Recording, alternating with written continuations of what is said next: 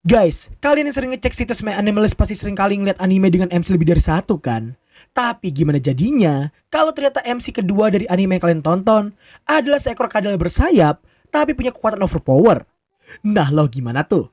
Kalau kalian penasaran, di video kali ini kita akan melanjutkan alur cerita anime Isura, namun fokus story-nya berpindah dulu ke MC keduanya.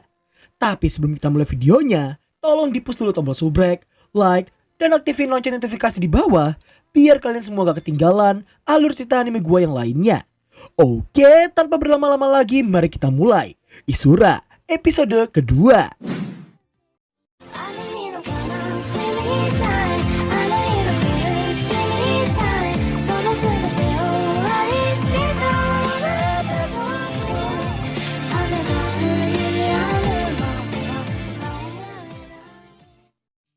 Setelah kita melihat betapa overpowernya Sojiro dalam basmi para golem sebelumnya, Shinapa berpindah memperlihatkan narator yang memberitahukan tentang Raja Iblis yang telah mokat di tangan seseorang yang tak dikenal sama sekali.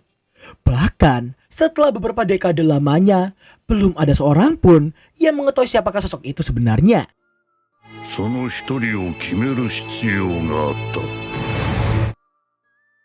Episode kedua ini diberi judul Arus Sang Shooting Star. Nampaknya kota yang terlihat sangat damai, yang berlokasi di tepi laut, yang berbatasan langsung dengan kerajaan Oreatia. Meski terlihat sangat damai, tapi kerajaan yang punya nama kerajaan baru Litia ini secara nggak langsung telah melakukan provokasi militer kepada kerajaan tersebut. Karena pernyataan kemerdekaan mereka bisa aja mengancam kendali Oreatia atas garis perbatasan. Shin kemudian beralih ke rombongan kereta kuda yang sedang membawa kembali beberapa mata-mata yang dipekerjakan oleh Taren selaku penguasa Litia. Biar gampang, gua spell nama mereka satu persatu. Cewek ini bernama Getsuran no Lana, dan kita panggil aja dia Lana. Lalu ada manusia tengkorak bernama Otogiri Shark, dan yang terakhir ada Umitaru Higuare. Lana terlihat sangat panik dan meminta pak supir buat mempercepat laju kereta, karena rombongan Wyvern terlihat akan menyerang mereka semua di sana. Berbeda halnya dengan Lana, Shark dan Higuare mengaku sangat percaya diri bisa memusnahkan rombongan Wyvern itu dalam sekejap. Setelah itu, mereka membahas tentang tuan mereka, yaitu Tuan Taren yang menunjuk dirinya sendiri sebagai Raja Iblis. Lana yang mendengarnya pun menjelaskan bahwa itu hanya sekedar julukan yang diberikan oleh kerajaan pada tuan mereka.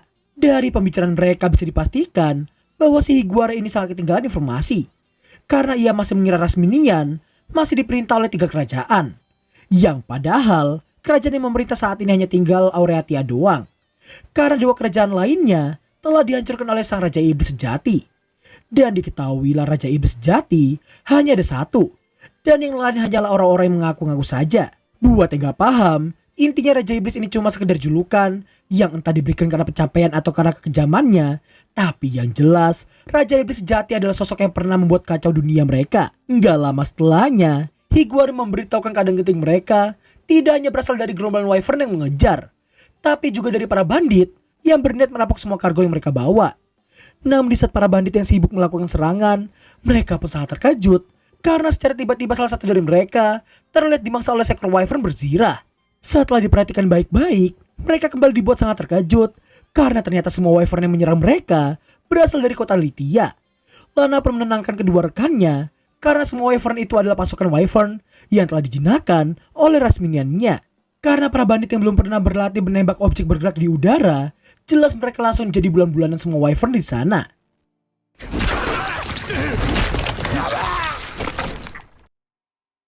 Wah, brutal edan banget coy. Para Wyvern terlihat berhasil menumpas semua bandit di sana tanpa menyisakan seorang pun.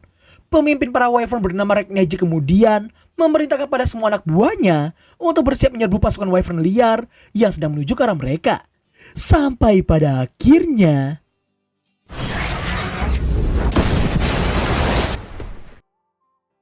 meski cuma seekor Wyvern, tapi leader pasukan Wyvern kota Litia itu mampu menggunakan sihir super dahsyat seperti itu.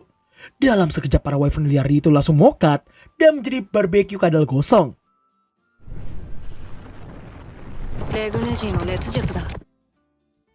Setelahnya, Lana memberitahukan bahwa semua bandit tadi pasti dikirimkan oleh seseorang yang akan diuntungkan jika kota Litia diserang. Shark pun menyadari bahwa para bandit dan musuh mereka yang sebenarnya adalah kerajaan Oreatia. Shin berpindah ke Oreatia. Berkat narator anime ini, kita jadi mengetahui bahwa kerajaan itu gak dipimpin langsung oleh ratunya, melainkan dikendalikan oleh 29 Dewan Perwakilan Rakyat Aureatia. Apa? Kalian ngira gue lagi di pinggir jurang? Kagak mungkin. Diam! Setelah itu, kita akan diperlihatkan 2 dari 29 dewan yang sedang membicarakan kota Lithia, di mana DPRA yang satu ini bernama Hidou, sedangkan yang satu lagi namanya Jelki. Dari arah pembicaraan mereka, bisa dipastikan bahwa mereka berdua lah yang menjadi dalang penyerangan bandit sebelumnya. Mereka pun merasa sangat kesulitan dalam membuat skema penyerangan ke kota Lithia, karena pemimpin kota Lithia itu punya julukan Imasime no Taren atau Taren si paling waspada. Awalnya, mereka berniat mengutus jenderal ke-6 Aureatia yang bernama Hargen untuk menyerang kota itu. Tapi saat ini Hargen sedang otw ke Ngarai Tilet untuk beradu mekanik lawan seekor naga legendaris yang bersemayam di sana. Mendengar hal itu, jelas Hidou pun sangat terkejut karena udah pasti si Hargen itu 100% akan kalah di sana. Terlepas dari itu semua, Hidou gak kehabisan akal sama sekali, di mana dirinya mengusulkan untuk menggunakan taktik pemodaran yang akan dikira sebagai kecelakaan nantinya.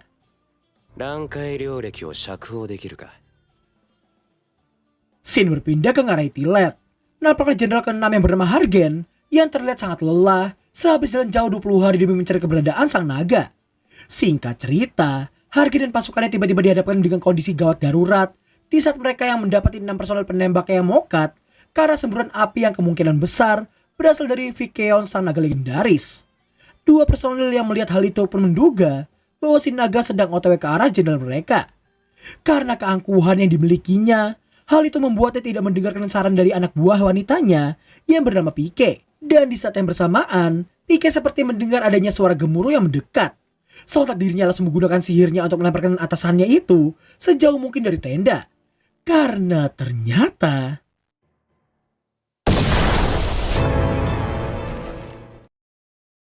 ya, sosok Vikeon yang selama ini Hargen cari-cari kini berada tepat di hadapannya. Vikeon pun memberinya izin untuk menjawab pertanyaannya, yang mana ia bertanya tentang kelompok pemburu selain pasukannya. Tapi bukan menjawab, si Hargen ini malah melemparkan kalimat yang meremehkan sang naga legendaris. Gak lama setelah asap dan debu di sekitar mereka menghilang, Hargen pun sangat terkejut karena mendapati Vikeon yang ternyata sedang terluka parah entah oleh siapa.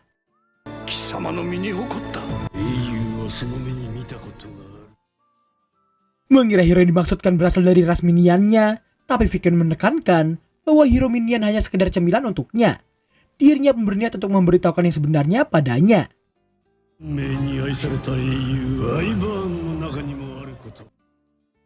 Setelah memberitahukan aibnya yang hampir dikalahkan oleh hero Wyvern itu, Vikeon meminta Hargen untuk menjawab pertanyaannya tadi. Hargen pun langsung memberitahukan hanya dirinya seorang yang berhasil bertahan di antara pasukan pemburu yang ia bawa. Mendengar hal itu, Vikeon berterima kasih tapi tetap akan memodiarkannya menggunakan napas apinya. Namun di saat yang bersamaan, Hargen terlihat merapalkan ulti dengan tujuan untuk memodiarkan si naga legendaris itu. Namun yang terjadi,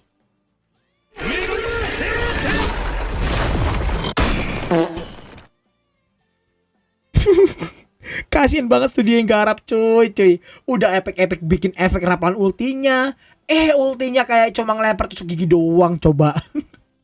Untuk menghargai studio yang udah ngasih efek epic ke Hargen, si Vikeon berniat untuk menyerang balik menggunakan ultinya saat ini. Namun sayangnya, ia harus terhenti karena kemunculan satu sosok yang bisa membuatnya takut dalam seketika. Yang ternyata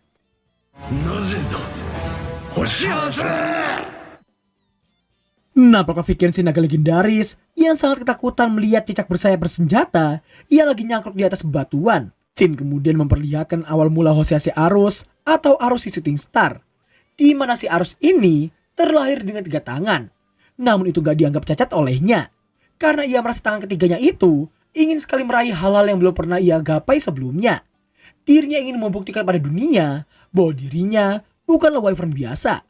Ambisinya itu membuatnya terus mencuri harta, menundukkan sebuah negeri, menaklukkan banyak labirin, dan saat ini dirinya berniat untuk meruntuhkan sebuah legenda. Singkat waktu, setelah cukup banyak bacotan antar 2 kadal bersayap ini, akhirnya adu mekanik antar 2 penguasa langit pun akan terjadi.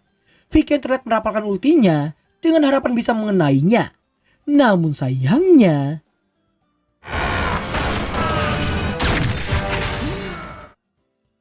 sungguh epic brutal. Dengan saat EZT si Arus ini berhasil menancapkan peluru sihir beracunnya, tepat mengenai mata Vikeon. Kebrutalannya itu gak berhenti sampai sana saja. Karena ketika si Vikeon akan multinya lagi, secara tiba-tiba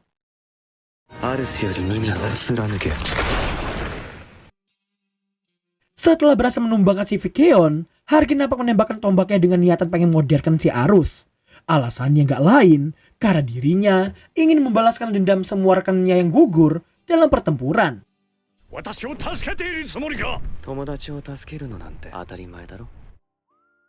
Perlu kalian ketahuin aja nih guys, meski gak ditampilin di animenya, tapi si Hargen ini dulunya pernah menyelamatkan si Arus.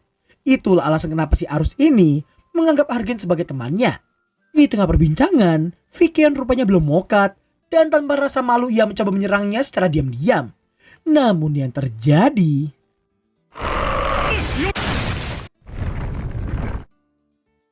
terkejut karena mereka masih hidup, Hargen pun menanyakan item apa yang digunakan olehnya. Arus memberitahukan itemnya itu disebut sebagai perisai besar kematian. Nampaknya semburan api Vikeon yang gak mampu menembus pertahanan Arus sama sekali. Dan pada akhirnya, Arus pun berniat mengakhiri adu mekanik mereka menggunakan sebilah pedang.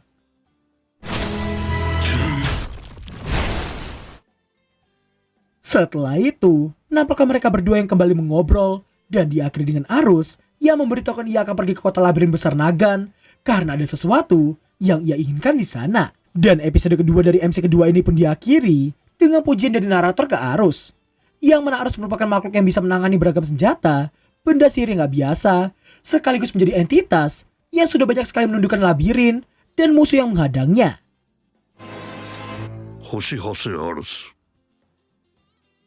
Dan berakhirlah alur cerita anime Isura episode kedua.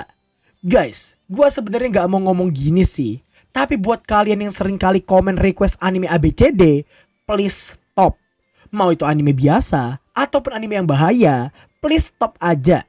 Gua belakangan rajin upload, bukan berarti gua itu bisa upload anime apapun. Gua ngupload sekuat yang gua bisa doang ya. Kalian yang masih baru atau mungkin belum kenal gua banget ya, gua itu mengerjakan semuanya sendiri, tanpa dibantu siapapun. Jadi semua video yang kalian tonton selama ini itu sama sekali gak ada campur tangan orang lain apalagi tim cuy. Dan buat satu alur cerita anime per episode berdurasi 10-15 menit aja, itu butuh waktu 5-7 jam cuy. Dan gua bukan channel ABC yang punya tim tapi kemarin malah jadi channel judi slot. Wow. Buat channel kok demi dijual atau disewain ke admin slot. Aduh, parah banget ya. Maksud gua, ya karena gua itu solo player, gua menikmati ritme uploading yang kayak gini cuy. Seminggu upload setiap hari dengan 6-7 anime yang berbeda. Dan setiap Senin gua jadiin hari santai sejenak, yang kadang kala gua pakai buat tukar pendapat dan saling ngasih pendapat dan ya sharing-sharing lah intinya sama Bang Ultra sama yang lainnya. Misalnya, kalau kalian mau request sekalipun, mending kalian request anime yang akan datang aja, alias anime Spring atau anime Summer 2024 ini cuy. Kalian bisa cek aja list animenya di My Anime List aja. Dan meski kalian udah request sekalipun, bukan berarti gue bakal bawain anime itu loh ya.